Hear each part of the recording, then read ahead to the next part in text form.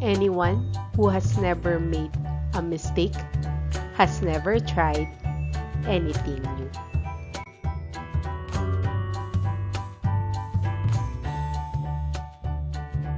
So let's learn and enjoy mathematics.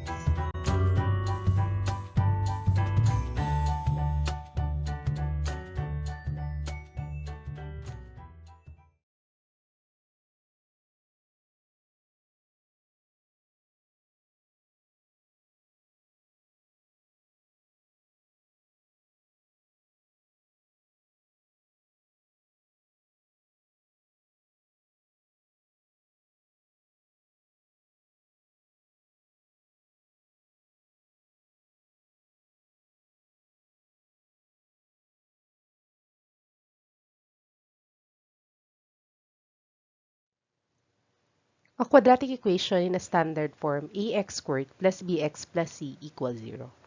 So where a, b, and c are real numbers, and a should not be equal to 0. So pag nag-equal to 0 yan, so it means this is not quadratic equation. So this is linear equation. How about the quadratic inequality? Quadratic inequality contains a polynomial of degree of 2 and can be written in the forms. So, where a, b, and c are real numbers, but then, the use of the inequality symbol such as less than, so yung pa L, greater than, less than or equal, less than or equal, and then this one, greater than or equal. Again, greater than or equal.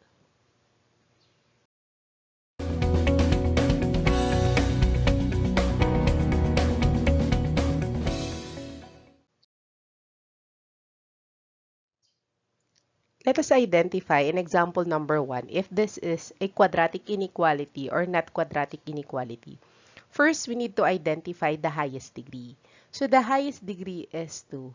Afterwards, let us see kung may symbol ba siya na greater than, less than, greater than or equal, or less than or equal.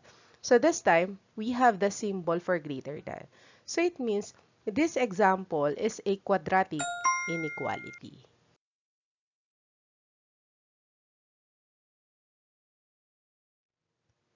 Let us proceed to example number 2. 3x squared plus 10x equals 0. So, the highest degree is 2. But then, let us see kung may symbol ba siya ng greater than, less than or equal, or greater than or equal. As you can see, the only symbol is equal. So, it means this example is not quadratic inequality.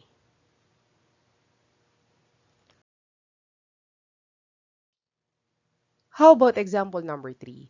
X squared plus 2x less than or equal to 9. So first, we need to identify the highest degree. So the highest degree is 2.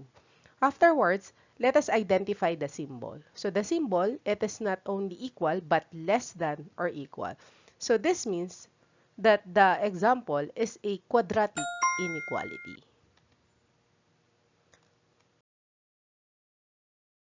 How about example number 4? X squared minus 1 greater than or equal to x plus 1. First, the highest degree, hanapin natin. So, nag-iisa lang naman yun. So, that is x squared. Afterwards, the symbol. So, the symbol is greater than or equal. So, it means this example is a quadratic inequality.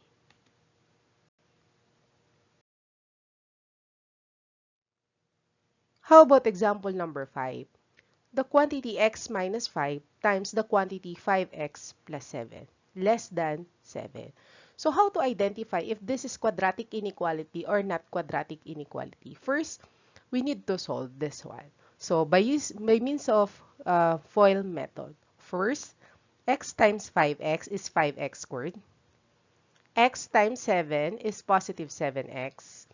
And then negative 5 times 5x, that is negative 25x.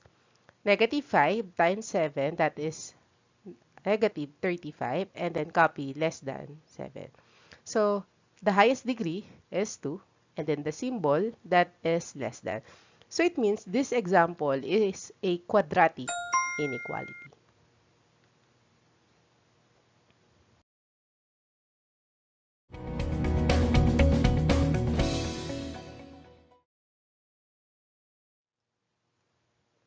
Instruction: determine whether the mathematical sentence is a quadratic inequality or not quadratic inequality. Provide your answers in the comment section.